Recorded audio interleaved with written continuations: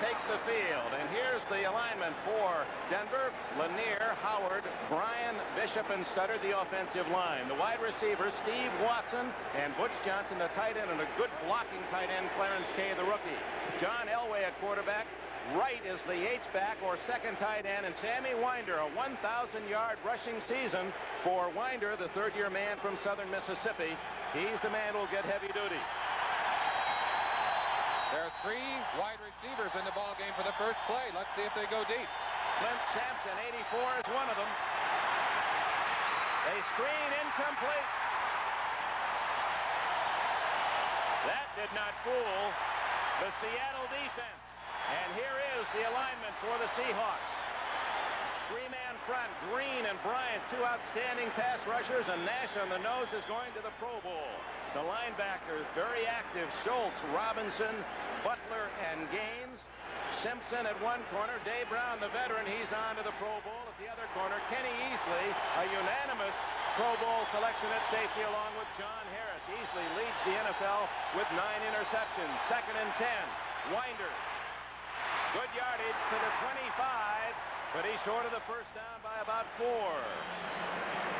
Dick, let's look at those matchups again. The lineup on the line of scrimmage that we'll be watching most closely, Dave Studdard on Jeff Bryant. Both of those men, outstanding football players. Studdard did a great job on Bryant in the first game, and the receiver we'll watch for Denver is Steve Watson. He's had back problems, but his back is 100%. He told me before the game that he is ready to play, and he is a fantastic receiver. Is Watson, 81 to the right. He has 67 catches to lead the Broncos, 7 of those for touchdowns.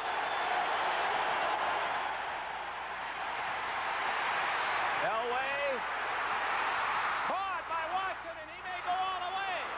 30, 15, and brought down on the 1-yard line. 73 yards, Elway to Watson, who just stole it from the Seattle defense. Watson right up in front of the defender. It looked like there were a couple of defenders with opportunities to take that ball, but Watson will take it away from them. At the top of your screen, number 81, Steve Watson, working against Terry Taylor, number 20. Now the ball is thrown over the head. An excellent throw by Elway. Jackson up, actually tapped that ball, and I believe that's easily behind him. But Watson came down, and he had free sailing, almost the exact reverse of what happened in the game in Denver, where it was the Seahawks getting the big play to begin with. Elway pleased at that 73-yard connection. It's 1st and goal at the 1-yard line. Rich Paris, he stopped cold. 57, Shelton Robinson. Robinson, who was a teammate of Lawrence Taylor at North Carolina. They had so many good linebackers, they moved Robinson to a tight end position, but he's found his home here in the NFL at linebacker and leads the Seahawks in tackles. No gain, 2nd and goal. Seattle defense lined up with their feet in the end zone. Elway on an option. Is he in? Yes, touchdown. Touchdown for Elway. And there's Dan Reeves on the sideline. This is exactly what Reeves wanted to have happen. He wanted to quiet this crowd with a big play, a big drive. He got it instantly from Elway to Watson, and then caps it off with the rollout by Elway into the end zone. And I think that's the toughest short yardage play in football. It keeps the defenders back because there's the option of the throw, and if a quarterback can run, and Elway can, it is awfully tough to get him stopped. Now the try for point by Rich Carlos, who's had his highs and lows this year. Norman, the punter, will hold. Remember, these Seahawks have blocked 6 kicks this year, not this time. And Denver on its first possession parlays a 73-yard pass Elway to Watson into a 1-yard run by Elway. Watching from our goalpost camera, you can see that they've got good defense out there, but Elway showing some excellent speed, diving into the corner of that end zone. John Elway, and he's got him cheering in the Rocky Mountains as Denver jumps in front early, 7-0. Denver leading 7-0, and now Carlos to kick it off.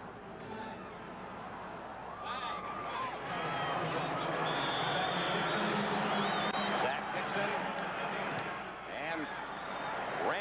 Seahawks are deep for Seattle. This is Dixon at the 5. He's got an avenue at the 30. And down at the 41-yard line. And he may have injured himself. Looked as if he came up limping and almost fell under his own weight. He may have hurt himself cutting, Dick. It looked like his knee kind of opened up on him. He pulled it back underneath him, and Rich Carlos was right there to motion to the far sideline to get someone out, a trainer out. Sometimes on this synthetic turf, it catches your cleats, and if you try and cut too hard, there's no give to it. Here he is at the top of your screen, and maybe we can see a very hard cut right there, and you see him pull up lame. Indeed, I believe he did pop something perhaps in that knee. Well, that brings back chills to these Seattle fans. Remember Kurt Warner in the very first game of the year, starting right, trying to cut back, and injured his knee and out for the year. So as they help Dixon off the field and trying to put some weight on that injured leg, here is the offense for the Seahawks. The blockers up front are Essing, Bailey, Blair Bush, Pratt, and Kreider, the expatriate.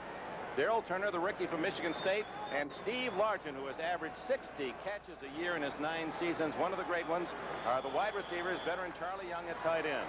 Dave Craig on his way to the Pro Bowl, the free agent from Milton College, Eric Lane, and David Hughes, the running backs. First down from the 41.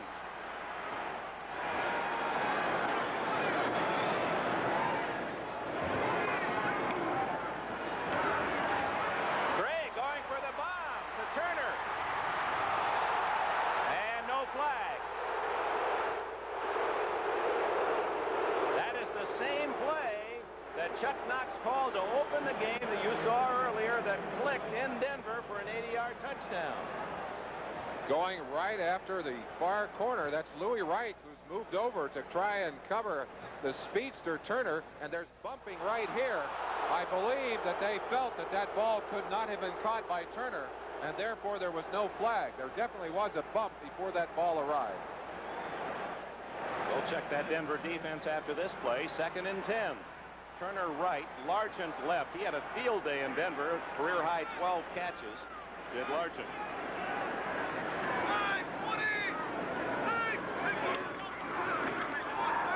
Eric Lane. A couple yards at best, and the flag is down where you would suspect holding. Rulon Jones, 75, made the play defensively for Denver. It is holding against Seattle. Let's check the defense for these Denver Broncos, who are the second stingiest team in the NFL, second to the 49ers in giving up points. Jones, Carter, and Chavis, the front 3. Tom Jackson, a big play veteran. Busick, the leading tackler. Jennison and Ryan are the linebackers. 3rd down. Carton and Wright at the corners, and Foley and Smith at safety. Couple of matchups that we'll be keeping our eyes on here. Jones, the best pass rusher, against Essing, and in the center of that line, an excellent mashup, Bush against Carter. Bush, of course, a fine center, good blocker. Declining the penalty, Denver. It is 3rd down and 8. Shotgun Craig. There's Largent, incomplete, covered by Louis Wright. So Seattle, unable to pick up a first down, will have to punt the ball. On the pregame show, Ahmad Rashad did a good job of profiling Largent. You saw right there, Craig loves to go to him. We should have drawn a big circle around him on our roster, because he is the man. And the Broncos very, very confident that they could do a better job on him. They better than they did in the first game when he caught 12 passes. Jeff West, not a good average, 37-6, but he's tough to return. He kicks the ball very high, and there's Will Height at the other end. 10 men on the line for Denver. Short. Very short. Will Height racing up and makes the fair catch on the slide at the 25. So the Broncos scoring dramatically on their opening possession, and they have the ball at the 25, leading 7-0. Denver with the ball in a 7-0 lead. The Broncos on their way to the playoffs. 5 times in 8. Both teams have qualified as wild cards, but they don't want that role. The championship gives a whole week off plus home field 2 weeks from now. And the loser has to play the Raiders. Winder wide open in the flat. And he has first down yardage to the 37-yard line. Greg Gaines kept him down. 13 yards on the play. Winder, the workhorse early in the year, has come out of the lineup quite a bit late in the year for Gerald Wilhite. And the reason, he is not quite as good a receiver as Wilhite. But he showed you some good moves there as he took advantage of the fact that Seahawks tend to play a little deep on the corners. They don't want to let you get behind them. And we saw what happens when you do let Watson get behind you. Elway, Winder, tripped up at the 39-yard line after a gain of 3. Keith Butler. The Butler did it. I'm surprised that we didn't have a flag because that was tripping, which is illegal. Butler just throwing his legs in to take the weight off Winder. One of the things that Dan Reeves said before the ball game was if they can establish a running game, we will see Winder running the ball as often as they can get it to him. They would love to be able to do that to these Seahawks. Winder third in the AFC in rushing with 1,073 yards. Elway could be intercepted, and is. Simpson stepped out of bounds. No, he did not. 50, 40, 35-yard line. Keith Simpson, his third of the year.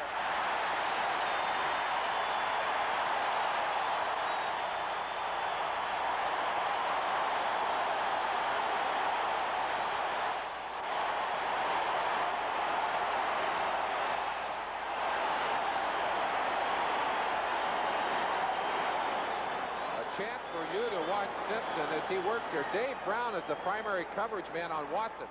There they are right in the middle of your picture. Now watch what happens when the two of them go up to battle for the ball. It's deflected.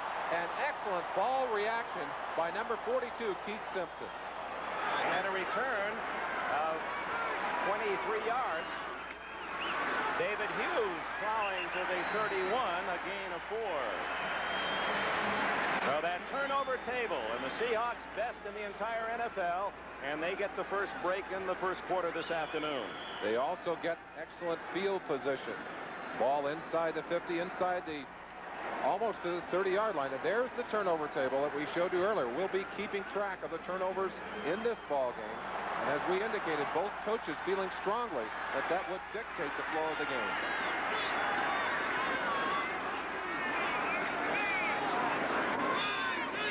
In motion on 2nd and 6. Wide open Charlie Young, and a first down at the 19.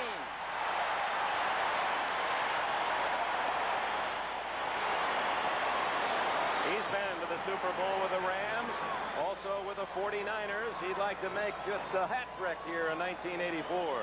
Charlie Young doesn't have quite as much spring in his step these days, but he is a smart receiver, and he's a leader. He showed you he can still handle himself well in the secondary. One-on-one coverage from the linebacker. And Charlie says, hey, you give me one-on-one and I can catch the football. First down at the 19. Into the end zone for Largent, and it's out of the end zone. Boy, he's drawing a crowd. 3 white jerseys around Largent. There's no question who the big play man is for Seattle. That's Largent, and you go to him. At one streak earlier in the season, in 5 games, his first catch of the game went for a touchdown. I mean, that's got to scare you if you're on defense. Well, he's looking for a reception that would extend his consecutive game streak to 107 in a row. That's the 3rd longest of all time. Harold Carmichael and Mel Gray ahead of Largent, who, if he stays healthy, apparently is going to shatter all the receiving records. Most catches, yards, touchdowns, on and on. 2nd and 10.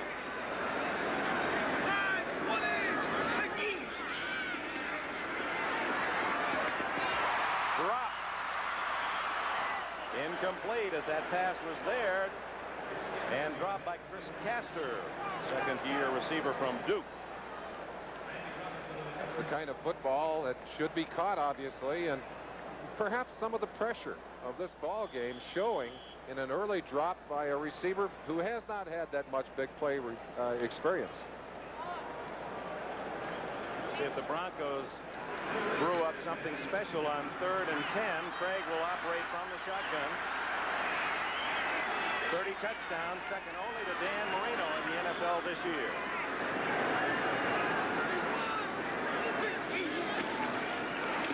Good protection.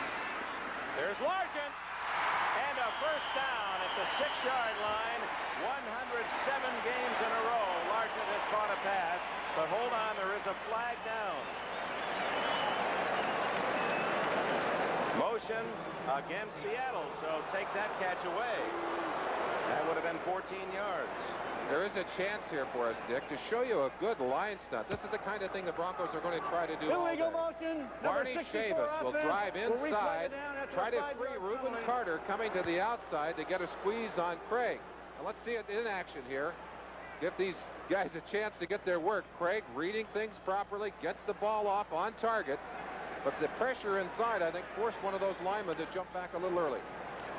Here's Largent operating. Motion was against one of the interior linemen. Those quick feet of Largent. Did you see how he had Harden going the other way? Oh, he has wonderful moves. Marvelous body control. He really does. Now 3rd and 15 for Craig. Going deep for Largent. Out of bounds. And even at that, he makes a great play. What a great play. It goes for that, but Largent stretching every inch, every possible inch. I think he catches this one with his fingernails. You'll see him working here on Dennis Smith. Smith missed the earlier game between these two teams. Is a big factor. Largent has him beaten going into the corner. Now watch how Largent will try and keep his feet in bounds here. But the ball just too far out. He could not stretch it. He needed to be about 6'7" for that one. Norm Johnson, who has missed only 3 all year. This will be from 42 yards away.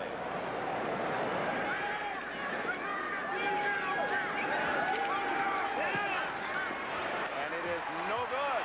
Wide to the right. So the Keith Simpson interception does not produce points for the Seahawks. And Denver maintains its lead with 8:49 left in the opening quarter. The Broncos on top 7 to the Kingdom. We're at 7-0 Denver. I see that you're prepared for the noise of the indoor. Well, you know, the Broncos brought their expensive earplugs. I got these for about 25 cents down to the drugstore, and I figure if things get really bad, I can put these in. And but one problem, I wouldn't be able to hear you, Dick. What? 7-0. Let's see how those earplugs are working for the Broncos, who have the ball and the lead. 7-0. The missed field goal by Johnson from the 24-yard line, the line of scrimmage, so the Broncos take over there. And here comes Winder with blockers. And Winder all the way to the 45-yard line. Boy, they caved in that defensive right side of the Seahawks, and Winder was 10 yards in the secondary before he found any opposition. 20 yards on the play. Tom Catlin, the defensive mastermind of the Seahawks. What a great job he has done. One of my coaches in Los Angeles. He put together an excellent defense there. He's been with Chuck Knox for 12 years. Went with him to Buffalo, put together a league-leading defense in Buffalo, and now here they are doing the same thing in Seattle. First down at the 44. Winder again, and he's in Seattle territory at the 48-yard line, a gain of 8. Joe Nash, trailing the play, made the tackle. A personal battle of sorts between the man who calls the plays and the man who calls the defenses. And of course, the man who calls the plays for the Broncos is the head coach, Dan Reeves. And he has in his hand his usual list of plays by down and distance. You see him studying. He's already anticipating what he is going to call on the next play. 2nd and 2. And Paris stumbles forward. Depending on where they mark the ball, it'll be very close to a first down. And a flag goes down, a little push and shove. That'll be probably one of those double fouls. And I think it's going, yes, it's they're pointing back at Seattle. Personal foul. 15 against the Seahawks after the play was over. Easley is the one arguing. Again, the obvious effect of Personal foul, unnecessary roughness, 45 defense, 15-yard penalty, first down. When we pointed our finger at Easley earlier and talked about big plays, that's not the kind of big plays we had in mind. That's the kind of play that really hurts a team. Let's see what happened on that play. Easley in the middle of your screen, number 45, having a little altercation. That's Jim Wright, the H-back. There it is, right at the end. The hand shot out after words were exchanged, and that's a dumb thing to do. Elway on first down. Most intercepted is Simpson, who has one in this quarter already. Trying to latch onto that throw. Steve Watson, the intended receiver. Simpson, such a great story. Lost his starting job to Kerry Justin, a good friend, and literally was almost out of here. I mean, he was on his way and gave it another shot, came back and rededicated himself, has come around now, and they say he's playing the best football he's ever played. And I think that's a tribute to him, also to this coaching staff. It's a teaching staff.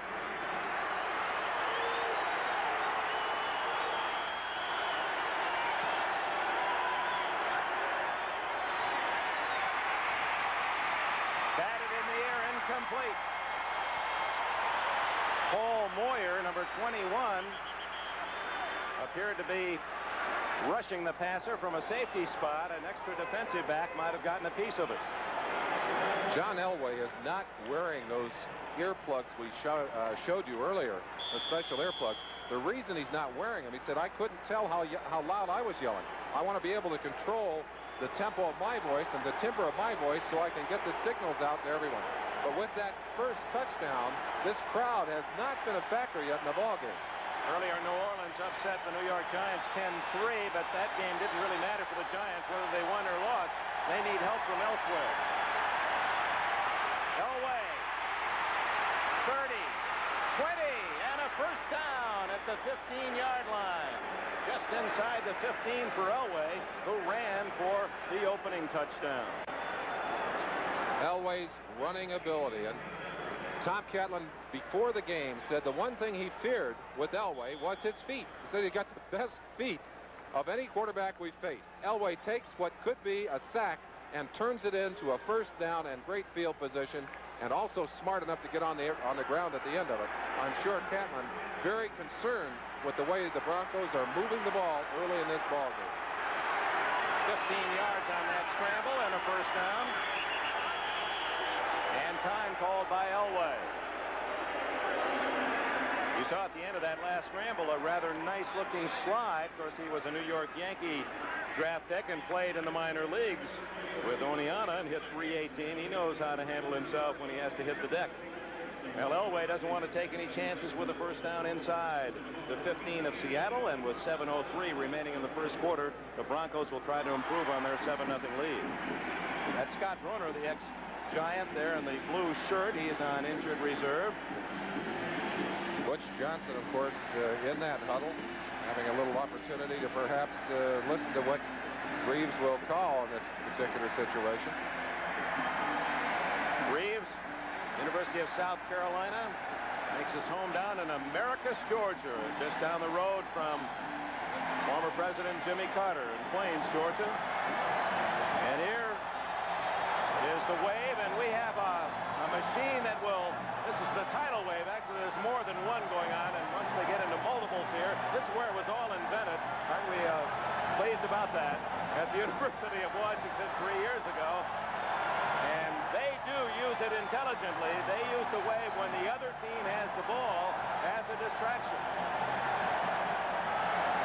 Yes, sir, dangerous waters, but Elway trying to calm the tide. Elway doing a good job of having his hand at the tiller. There is a crowd meter that will register the noise level in this stadium, and you see it at 88, 90. It's at 97, and that's getting up into the painful area. Subway train, a rock band at 110. Threshold of pain is 140.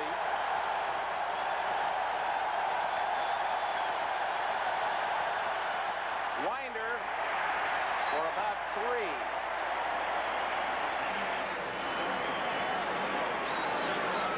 Well, if you're sleeping and not snoring, only 30 at night. Mild conversation 60, a subway train, and the rock band ones had 140 pain level and a rocket at 200, and we were at 97, and I would guess they'll get into triple figures before this game is through. Well, in Denver all week, they've been practicing in an enclosed stadium with crowd noises filled in at high levels just to get ready for this game. 2nd and 7, Winder again. Stopped at about the 8-yard line. 3 yards shy of a first down. very critical series here. You don't want to give Denver another touchdown. Let them get out that far early in this ball game. Obviously, the Seahawks determined to at least try and hold them to a field goal here.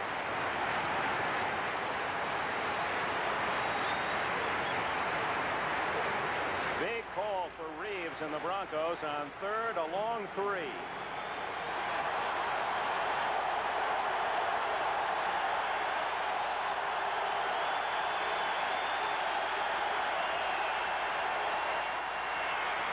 Shovel pass to Wilhite, and he is stopped short of the first down at the 7-yard line.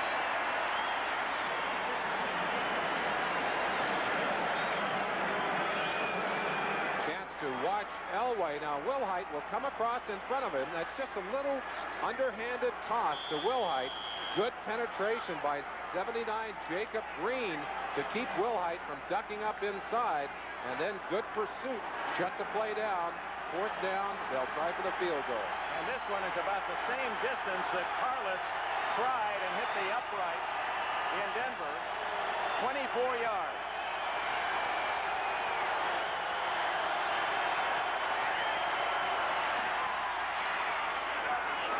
Right down the heart.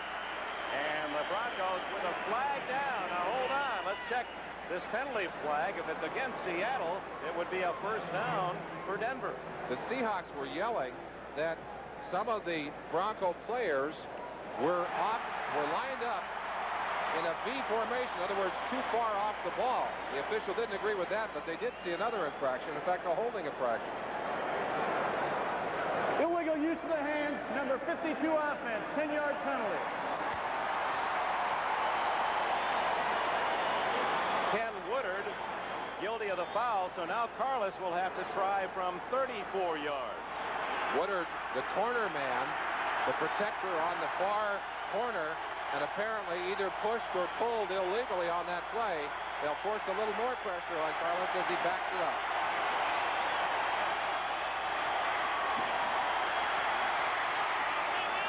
Well, that one was a duplicate of the kick before. Both were dead center, and the Broncos throw a little water on the wave here in Seattle. They've jumped in front 10-0. 10-0. Denver leads here in the Kingdome with 5:02 remaining in the first quarter. The long pass that set up the Denver touchdown, 73 yards Elway to Watson, the longest of the year for the Broncos. Carlos's kick is short. Morris comes over to take it at the 5. And is down at the 22-yard line. Zach Dixon was back with Morris, so Dixon, who limped out after the first kickoff return, is okay. The play calling department, a matchup of 52 years of coaching experience. Ray Prohaska, 27 years an NFL coach. He's the offensive coordinator for the Seahawks. He's communicating upstairs with Kenny Myers, who does a lot of the play calling for the Seahawks. And they have an interesting way of developing their play strategy. They have a meeting with the quarterbacks. They all sit around and put down the plays they would like to call in given situations.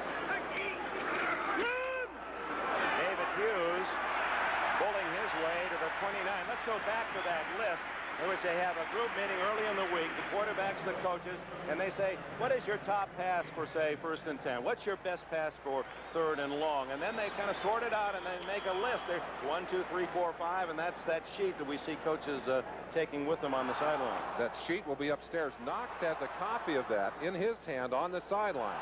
And he's the guy that, you know, periodically he'll call upstairs. He said, you see it right in his right hand there. That's his personal list of the plays that they have selected. Now let's see what he's called on 2nd and 3. Get the ball! Well, it didn't work as Eric Lane is hit by Jim Ryan, and a flag goes down with the play. You can hear the action out there as you get the popping of the pads, and you heard the screaming of a linebacker, run, run, run, run. Interesting choice here. Not much gain on the play. Joe Collier, 25 years. All of that in the AFL or the AFC. Warmest notes in the league. Yes, that's his notebook that he has tucked into his pants there. And he keeps notes in there all during the week, has it with him in case he wants to review it. There are the signals.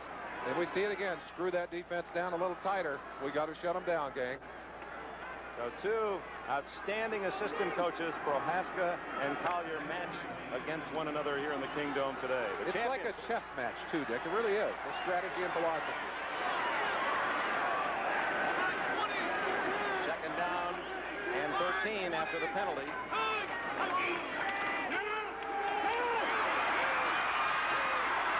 Craig with another flag down, and he goes down. Rulon Jones with a sack at the 15-yard line. Jones, 11th of the year.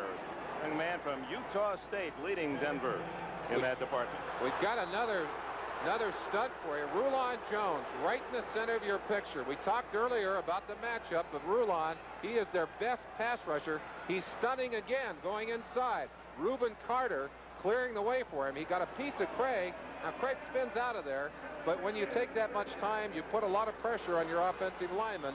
One of them couldn't hold the block, ended up doing some holding, and, of course, that's the penalty. They're the leaders in attacking the quarterback for Denver, and obviously the Broncos will decline the penalty, take the play on the sack, and it's third down and 17.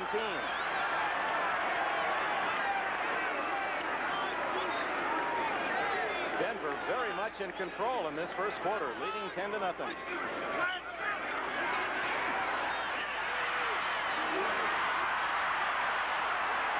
Dan Dornick, veteran from Washington State, he gets short yardage back almost to the original line of scrimmage on a 6-yard play, and Jeff West and the punting team comes in. Well, certainly so far in this ball game, the Denver Broncos, who were expected to kind of wilt coming here to play in the Seahawk country and here in the Kingdome, have had their way with the Hawks, both offensively and defensively, and Knox has got to get his troops whipped up over there. West from University of Cincinnati, and Gerald Wilhite at the other end for Denver. Wilhite, a #1 pick out of San Jose State. Another short kick. Wilhite to the 48-yard line. The first kick by West was only 33 yards, and this one wasn't much longer. In fact, it was shorter, 31. Denver has the lead and the ball again. Teams into the playoffs, the Rams, the Bills, and now the Seahawks. He's football's answer to Dick Williams of baseball fame. He took the A's, the Red Sox, and the Padres to the World Series, the only man on that sport to be so successful. From the 48, leading 10-0, Denver. Elway getting away again and picks up a yard, maybe two. Elway has made big plays with his feet so far in this ballgame, turning what appeared to be a sack back into an excellent play. Let's watch him. Let's see how he sifts against the pressure. Quarterback has to feel the pressure without actually watching it. You see him getting the blitz from 58, Bruce Schultz, and then just stepping up inside, pulling away from Green, and yeah, well, his baseball slide has come in handy today. Right. 3 carries, 18 yards, and a touchdown for Elway. Gained just a yard on that try. Rich Paris in for Winder, and he is to the Seattle 45 before Shelton Robinson can bring him down. One of the things that we always like to have a look at, if we can, is the throwing motion of the quarterbacks. And in a comparison of these two quarterbacks, you'll notice that Elway's throwing motion is not only very violent, but very quick. Look how quickly that ball has gone. That's quick release. Now watch Craig. A slow motion shot of him. A longer throwing action, a longer motion with the arm. And what that does is gives the defensive backs a little bit of a jump on the football. Well, no question about Elway's arm strength. He throws rockets, and he's looking now. Deep. What protection. Oh, my. Right through the hands of Clarence Kay, the tight end from Georgia. All that time, Elway says, finally got a white jersey all alone, and the pass was right there. One of the biggest plays in the earlier matchup between these two teams revolved around Clarence Kay. Did he or did he not pass in hand when it bounced out? It was credited as a fumble. The Denver fans, the Denver coaches screamed it was not a fumble, and even the NFL officials had to agree the next week. But it was a turning point in that game earlier. Interesting, with so many teams throwing off into tight ends, Denver certainly not there. Kay has caught only 15 and Wright 10 passes all year. Punt by Chris Norman. Paul Scansey, who played his college ball here in Washington. Very high and off the side of his foot. But it takes a great bounce for Denver. Well, that may be an omen. That ball looked as if it was going to go out of bounds around the 25 and took a handsome roll for Norman inside the 10-yard line. 36-yard punt. Timeout. 1:23 left first quarter. Denver by 10. Now we're indoors, and those chaps found themselves some expensive seats. They're in the end zone. Those aren't cheap seats, are they? Not cheap seats, definitely. Dave Craig has had his best games against Denver. In fact, in 25 years, only 4 passers have thrown for 400 yards, 4 times rather, and Craig has two of the 4. He starts from his own 9-yard line.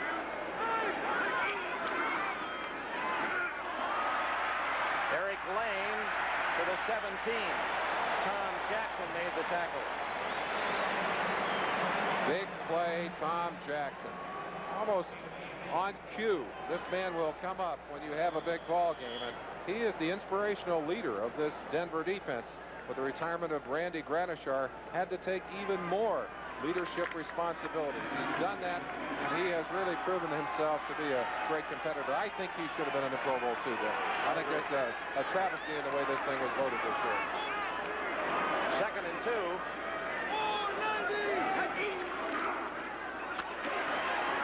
And Hughes has the first down at the 20-yard line. Steve Busick, who has replaced Gradishar in the middle, made the tackle. You're getting a flavor now of the philosophy of Chuck Knox and the Seattle Seahawks. Last year they called him Ground Chuck. If he has his way, he wants to play a physical game. He wants to establish a running game. He does not have great running backs, and he'll be moving people in and out all day. And he said, how do you know who's going to be in there? He said, I want the guy in there with the semi-hot hand. So, final seconds of the first quarter. This will be the last play as David Hughes to the 27-yard line. A gain of about 7. And that is the end of the first period in the battle in Seattle for the Western Championship. Denver on top 10-0. Dick Enberg, Merlin Olsen, welcome back. Second quarter for the AFC Western Division Championship. The Denver Broncos dominating the time and the yardage in the first quarter. They did it in part with their running game. But because they're running effectively, that will open up the passing game. Seattle with the ball, trailing 10-0. Second down along 3. Eric Lane to the 28. And what Chuck Knox has had to do this year with the injury to Kurt Warner, the brilliant running back who went down with a serious knee injury in the first game, he's had to use a series of backs. In fact, the top 4 runners for Seattle, their total this year does not equal Winder's total for Denver. Ball is 2.5 yards away from a first down. Let's watch the way the center steals a little yardage here. Look at the way he took the ball and stretched it out in front of him. I wonder how much yardage they steal during a ball game that way. Some are better than others.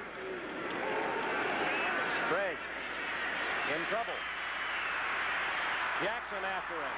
And he's down at the 24. Another sack for Denver. Excellent pressure on that play, and the Broncos were shut out in the sack department in that earlier game. Let's look at how these two teams apply pressure to the quarterbacks. Now, what this is a comparison of sacks by the linebackers and by linemen and by, we'll get back, defensive backs.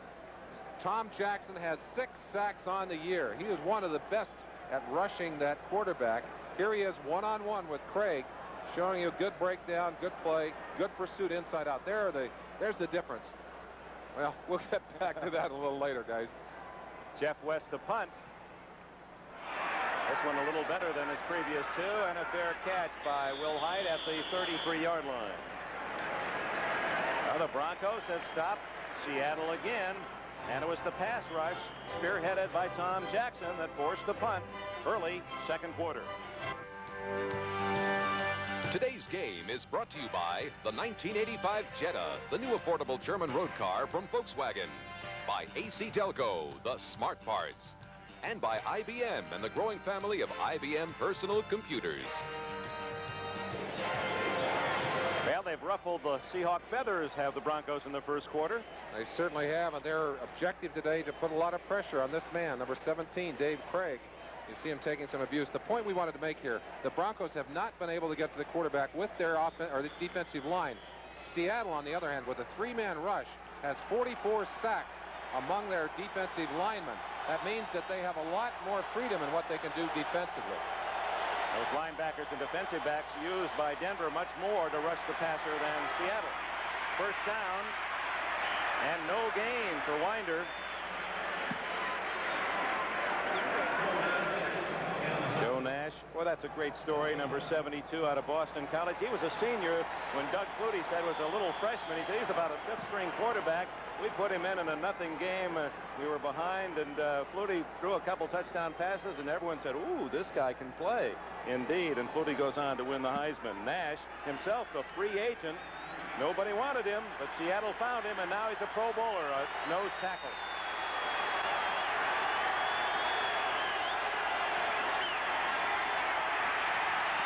Elway going deep for Johnson, intercepted by Harris. 20, 30, 40, down at the 44. John Harris, his 6th of the year.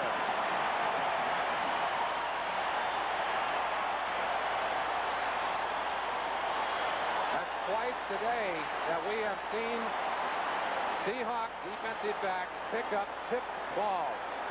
That ball bounced by Terry Jackson, number 24, right into the hands of John Harris. Another angle of that play is Elway unloads the ball deep. First he runs to get a little extra time, and then on the run, underthrows his pass. Timed very well by number 24, Jackson, right there, and bounced right into the hands of John Harris. Seattle, trailing 10-0, has the ball at the 44. The Seahawks lead the NFL in interceptions. 2 more today. That's 36. And they have some of the top active pass purloiners in the NFL. In this ball game today, 3 of the top active interceptors in all of football. Brown, Foley, and the man you saw moving up on that list, John Harris, had 10 interceptions once earlier in his career. Trailing 10-0. Seattle ball at the 44.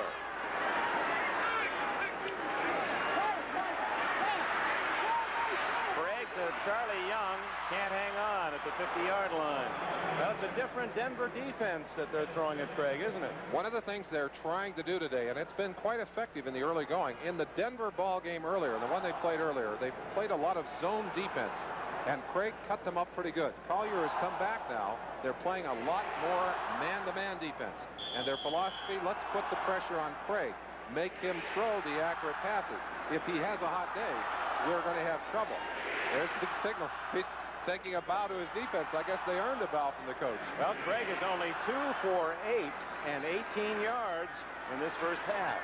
12:45 left in the second quarter. 10-0 Denver.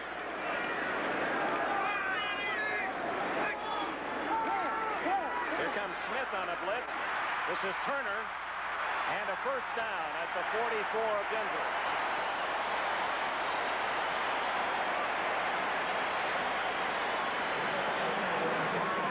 Turner has had to come on as a wide receiver because of the loss of Paul Johns. Johns went down with a neck injury early in the year. Turner, a raw rookie, has tremendous long strides and great speed, and we'll wish him a happy birthday here today too. You saw him catching that opening touchdown in the game earlier this year.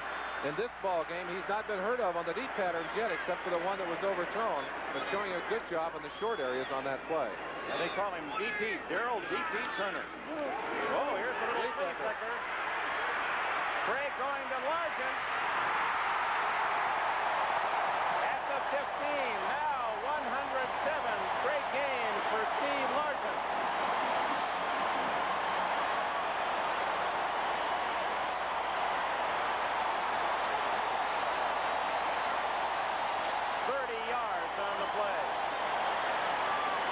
Denver defense knew they weren't going to shut this man out. Their objective to contain him. Largent finding Look how he knows where that sideline is. Now, that's amazing. Never looked at the sideline, knew exactly how much room he had. The flea flicker right there, used. Back to Craig, and Craig right to Largent. First down at the Denver 15. Trying to get back in the game. Eric Lane, no gain. Reuben Carter, the veteran from Miami of Florida, stacking up the play with Busick assisting. Excellent corner force by Louis Wright that time. Well, we talk about team defense. It's certainly true for both of these teams, but look how many people involved for the Broncos. 16 different players have recovered fumbles. 16 different players have quarterback sacks, and 13 different players have picked off interceptions during this season. Everybody's contributing.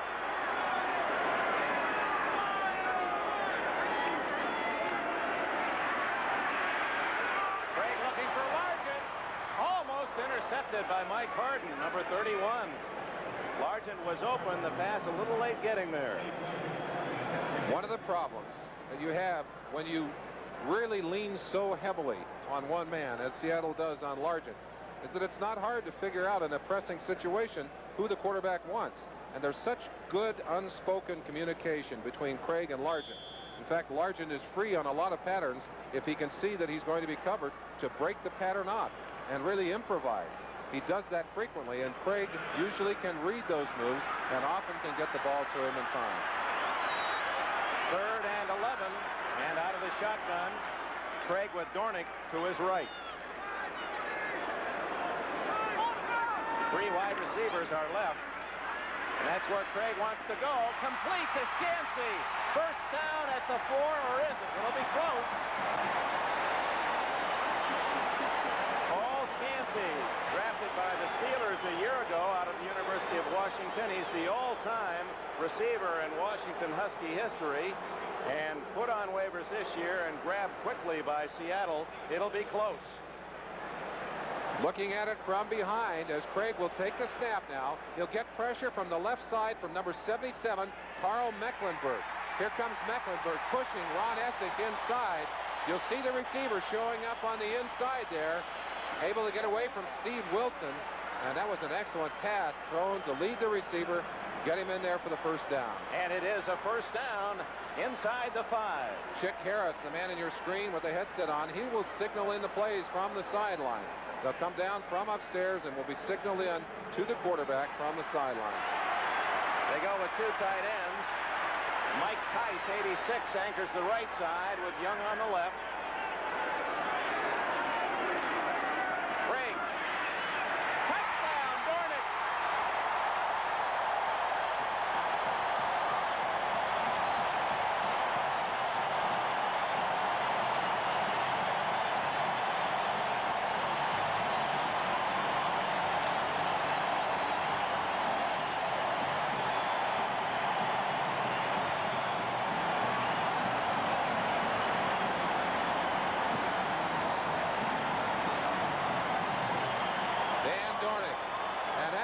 Third down back. Great hands. He's a great pressure player. The Seahawks get the payoff on that long drive. The interception by Harris set it up. Johnson's try for point. Zorn holding. And it's 10-7.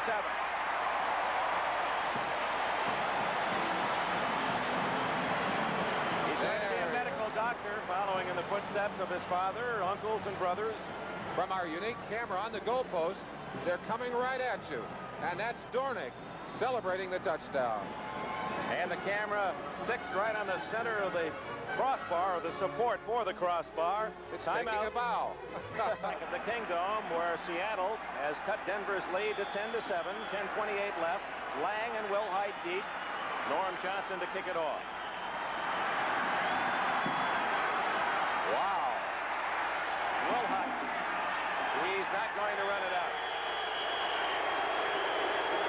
And that is probably a wise choice, because one of the things that Seattle does so well on those high deep kickoffs, they stop you around the 10-15 yard line. You're really in the hole. Certainly do a good job of that. Scoring drive, 7 plays, 223, 56 yards, and of course finish it off with a pass. And Again, uncharacteristic of what Chuck Knox would like to do. He would love to have run that football in, but realizing that his talent is now in the passing arms of Dave and Craig, he threw the football on first down for the touchdown. Winder for about 4, maybe not that much. A key on that drive for Seattle was the 30-yard pass to Largent and the third down 11-yard completion to Paul Scansey.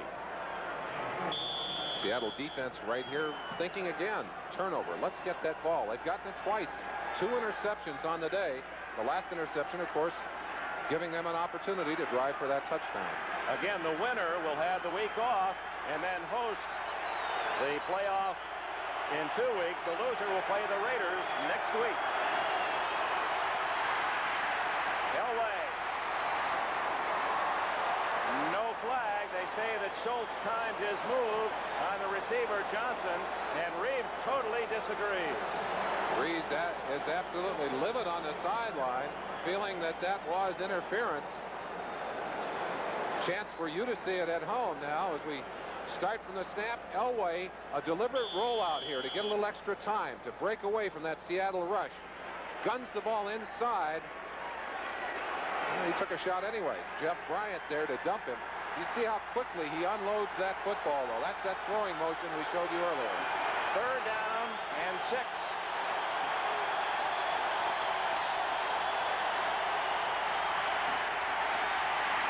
Look at Elway. He has the first down, and there are those magic feet of Elway. Oh, he got himself in motion and away from the pass rush in a hurry. A mobile quarterback can turn a broken play into a big play. Elway's so quick at making the decision to get out of there. Out of the shotgun now. He is getting pressure. First from Jacob Green on the right. Inside. Nash on the inside. He breaks outside. And look how quickly he is downfield and then out of bounds before he can be nailed by Terry Taylor. We got a Terry Jackson and a Terry Taylor. I stopped in between. Terry Taylor. 10 yards and a first down for Elway, who scrambled for 1 touchdown. Lang. No, that's Winder to the 40. Winder again, and he has a chunk of 6 yards on first down. He has been a very busy man with the football, a Denver record for rushing the football. Only the 3rd man in Denver history to rush for over 1,000 yards. Seems to me that the Seattle defense has just been a half a step away today on the running game, Dick. They're getting a little bit of cloth with those hands instead of enough to grab onto, and it's paid dividends for the Broncos so far. 8:53 left in the first half. Paris has a first down to the 46-yard line. Paris giving Winder a breather. Paris from Utah State. That's exactly the kind of a play that I was alluding to. Is it looked like Paris was going to be stopped back there at the line of scrimmage, and yet the tackle was not a sure tackle. He was able to slip a little bit, slide a little bit, pick up the first down. Well, and that interior line, Brian Howard, Bishop, Studdard, Lanier, was really pushing the Seahawks defense back. 10-7 Denver. 8:15 left in the first half. Alertly recovered by Wilhite, who may have been injured in so doing at the 46-yard line.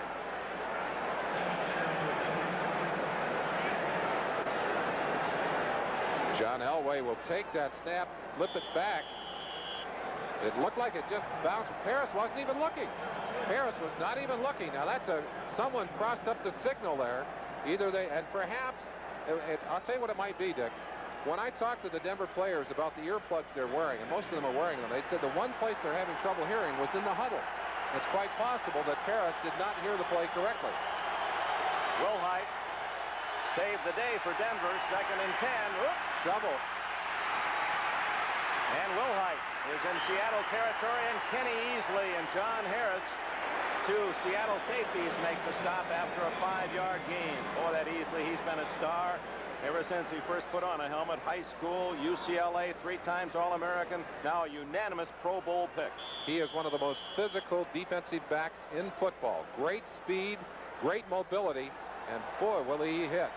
They're wrapping And a one-on-one tackle on Wilhite took him right to the ground. Third and just a little over 5 yards to go. Elway will operate out of the shotgun. No, he won't. Out of the tee.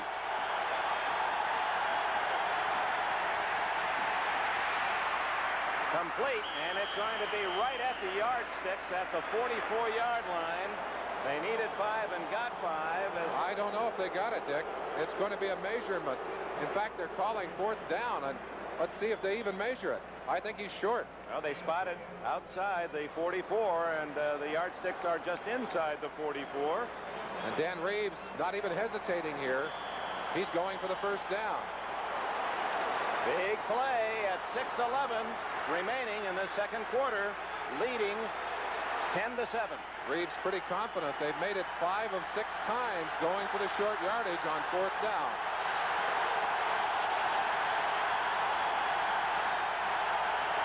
Elway sneaking. And now it's a matter of the spot. First down, Denver.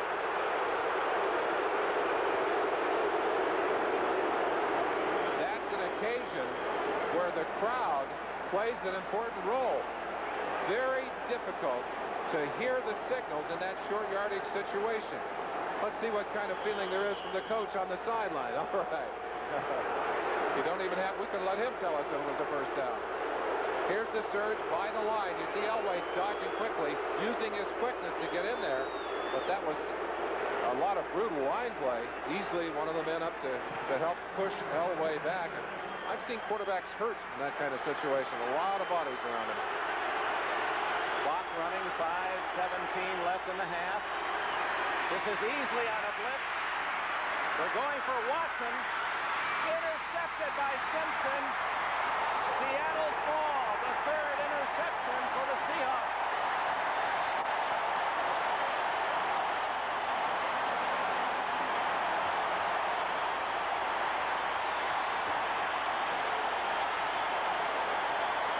Steve Watson coming straight at you with Simpson on top of him. Now watch the end of this play. Watson throws Simpson out of bounds. His feet never did come down. The official made the decision that if he had come down, his feet would have touched in bounds. That was a fine choice by the official. Great play by Keith Simpson. Is still arguing about this call. He thought the ball should have been ruled no interception. Simpson up with a catch. Would he have been out of bounds anyway? I think he would have been. I think he might possibly have been it, but the ruling by the official who was right there was that Watson, by throwing him out of bounds, took away any opportunity he had of getting his feet down in bounds. Academic now. Simpson has Denver on defense. First down at the Seattle 7-yard line. David Hughes. Hughes, Hawaiian born and raised, went to school at Boise State, showed some nifty moves. One of the reasons that Chuck Knox has been successful in his coaching ventures around the NFL is that he gets the most out of his players. And very often, the players he has inherited have not been immensely talented. A guy like a David Hughes, for example, not a great NFL back, but showing you on that play that he's capable of playing excellent football, and Knox is an excellent motivator. 2nd and 1. Time running out, first half. 10-7. Denver leads, and Hughes has the first down near the 20.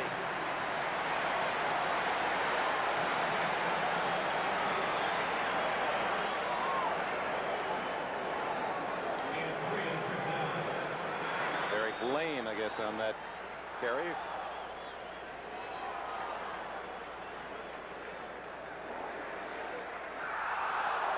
Stay with us. NFL 84.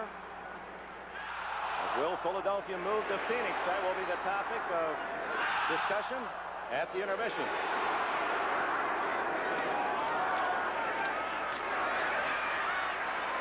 Charlie Young at the 24. Busick made the hit. A gain of nearly 5. Clock continues to run at 3:37. Excellent play. Charlie Young again taking advantage as he drifted short into the secondary. Everyone dropping back on that play, and the Denver defense, they'll give you the yardage. In fact, they've been very free at giving up yardage during the year, but they're a lot tougher when they get down toward the goal line. You have to be patient. Here's a shot looking into the Denver secondary. Look how quickly they open up the turf. Craig dropping back, getting pressure, but there's Charlie Young, who's drifted down into that area underneath the zone by the linebackers to catch the pass. Young again. They mark it at the 30. That'll be a first down. Steve Foley, safety from Tulane, made the tackle, and with 2:45, a first down. Both of these offenses will try and do a lot of the same kinds of things. They really don't want to throw the high-risk passes. They want to control the football. They want to run the football if they can, and they want to throw the passes where there's not a great risk for interception. So far today, the Seahawks have been able to do that. Unfortunately, Elway has not been picked off 3 times. Well, Elway intercepted 3 times, and yet Denver leads 10-7. They certainly do. We can't discount that. Craig over the middle. And Charlie Young has been open consistently. That's his 4th catch. Gives him 33 for the year. Dick, the philosophy here from the Denver defense, they're going to keep everything in front of them. And they're saying, in essence, we don't believe that the Seahawk offense can move the ball all the way down the field, taking a little piece at a time without making a mistake.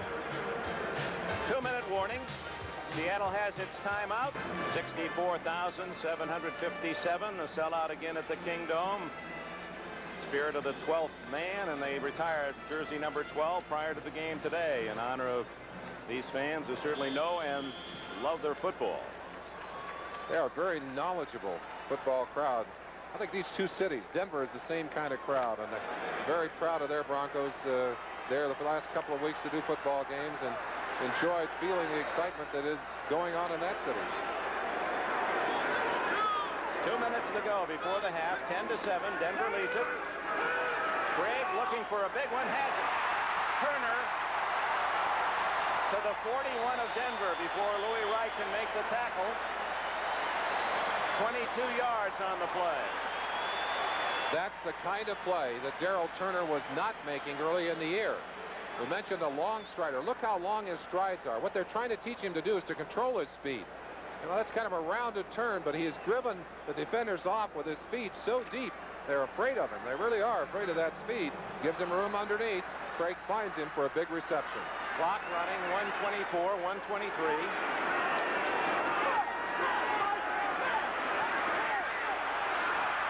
Craig finally hits Hughes at the 39, a gain of a couple, and Seattle will spend a timeout. Craig with a lot of time as he watched that rush come in. Couldn't find anyone deep. He did find Hughes short for a gain. They're going to be about 2nd and 8 when they come back to live action. Our referee today, Gene Barth, who's doing another outstanding job. They have Seahawker groups from all over the great Northwest, including Alaska. That group right there, as you're looking at them, fly here from all the way down from Alaska to watch these Seahawk games. Of course, they're a part of the Seahawk network, and I don't think anybody comes further to see football games during a year. In fact, I know they don't, unless they come from Europe or somewhere. 10-7. Denver leads. 1:11 left in the half. 2nd down and 8.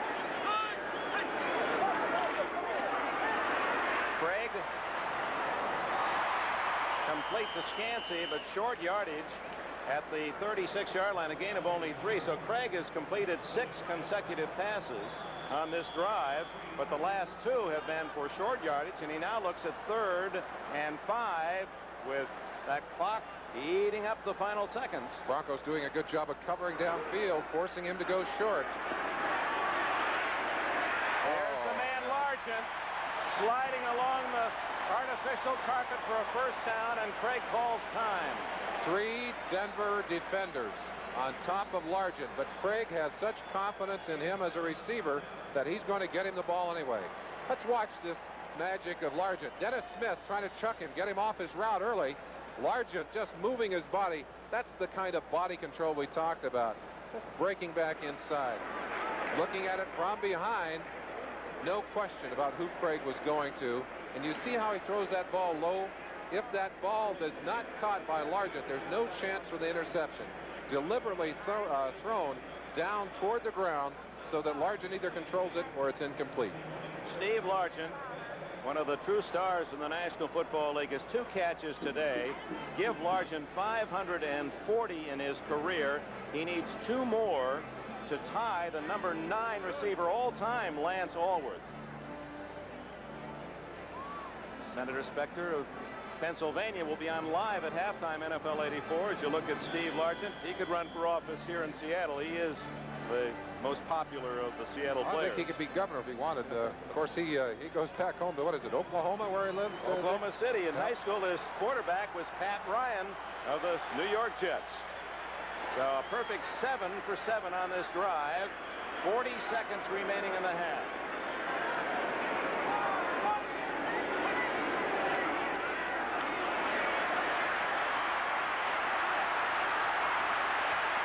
He just threw that one away.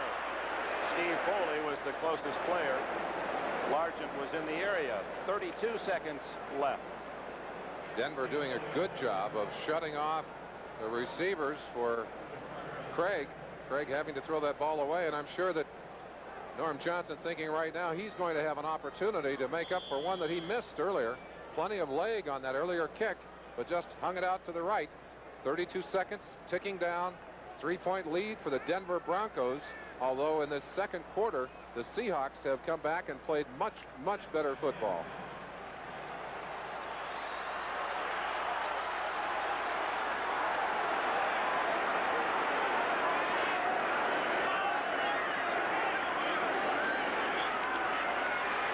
Going deep.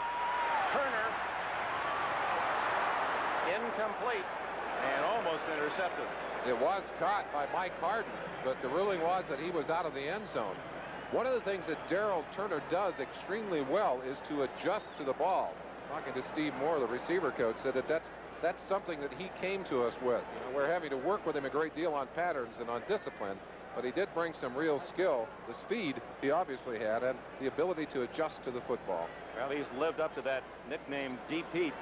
He averaged 20 yards plus a catch at Michigan State, and he's averaging over 21 a catch here with the Seahawks. 32 grabs for the year. The Denver defense living up to their reputation too. They've given up a lot of yardage here, but so far on this drive, very difficult for Largent and for Craig to get anything deep.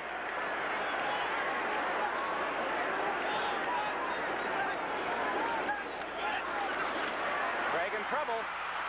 And down he goes, and with it, at the 40, the possibility of a tying field goal. At the 32, it would have been within Johnson's range, but now it would be 57 yards away. That was a 12-yard sack. Costly mistake for Dave Craig, as Barney Chavis, the old veteran from the left defensive end position, came all the way around. Craig taking a little bit too long. Let's watch him from this close angle. The pressure will come from his right. He's trying to drift. Looks like he just got tangled up with his own feet. I think if he hadn't tripped on the turf there, he would have been quick enough to pull away and get away from Chavis, who was starting to stumble. As it is, it looks like they're going to try one desperation play, hoping that they can perhaps get a penalty or get a long shot down the sideline, get another opportunity. To do this, they're going to have to pick up more than 20 yards.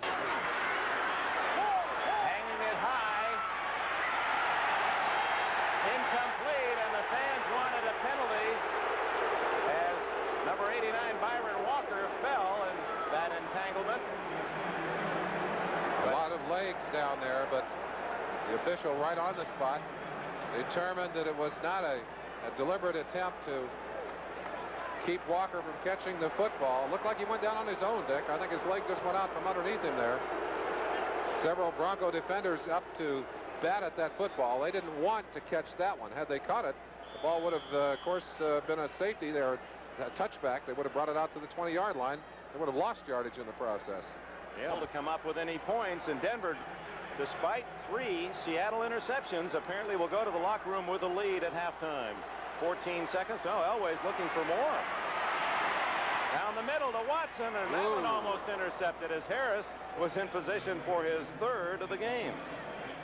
Or make that second. Simpson has 2. Simpson with 2, Harris with 1. 2 linebackers, Sheldon Robinson 57, 53 Keith Butler. Linebackers for the Seahawks doing a good job of dropping deep on that play, getting a hand on that football, and We've seen a lot of them tipped into those other defensive backs' hands today. Now we remind you again at halftime, the Philadelphia move. Will they go to Phoenix or not? And what are they going to do about it, perhaps legally? We're going to get some top-level officials discussing with Bob and Pete and company. Incomplete down at the 26-yard line with 1 second showing on the clock. Now that's Big Ben. Put all those receivers down there and hope you get the lucky bounce. Elway just hanging it out there. We mentioned his strong arm early. That pass designed to stay in the air a long time. Tom Catlin, an All-American at Oklahoma back in his playing days, the defensive mastermind of the Seahawks. His defense has done a good job on Elway. Elway is 5 for 15 in this first half, 3 interceptions. But he got the one big play, 73 yards to Steve Watson on the opening possession that set up a 1-yard run by Elway for the Broncos' only touchdown. This is the last play of the half. Oh, he has an arm, doesn't he? Watson is down there, but so is Easley, and Easley has the interception, the 4th of the half for the team that leads the league in that department. The Seahawks have now extended their lead to 38 interceptions, but for the Denver Broncos, they go to the locker room with a 3-point lead. 10-7. Anything surprise you in the first half? Well, I think you feel the sense of how closely matched these two teams are. And really the first half divided almost between an early domination by Denver and then a later surge by Seattle. But, of course, Denver leads in this game. And Denver has been able to sack Seattle quarterbacks 3 times. That's been one positive for their side. And yet it's been the Denver quarterbacks who have given up 4 interceptions. So far, I think the kind of game we thought it would be. Close, good, hard-fought ball game, but nobody has really got enough edge to be proud of right at the moment. Well, some friends watching around the country, here are the implications. Should Denver win, 2 weeks from now, Denver would host either Cincinnati or Pittsburgh. If Seattle wins, obviously, in 2 weeks, they'll have that honor. If Seattle should lose, they would go to the Raiders for the wild card. If Denver's the loser, they will host the Raiders next week in the wild card. There are other ramifications, and Miami still has a home field going here. If in this case, if Denver should win, then Denver could take the full home field away. They would be able to do that. And, of course, there is a lot at stake. There's no question. We're looking at a playoff game, and these two teams have played very emotional football in the first half. Interesting, they were both a little tight and made some bad moves early, but I think the second half will be better quality football for us. And Seattle will get the ball first when we come back for the second half. After these words from your local station, we'll return to the Kingdome in Seattle. Morris at the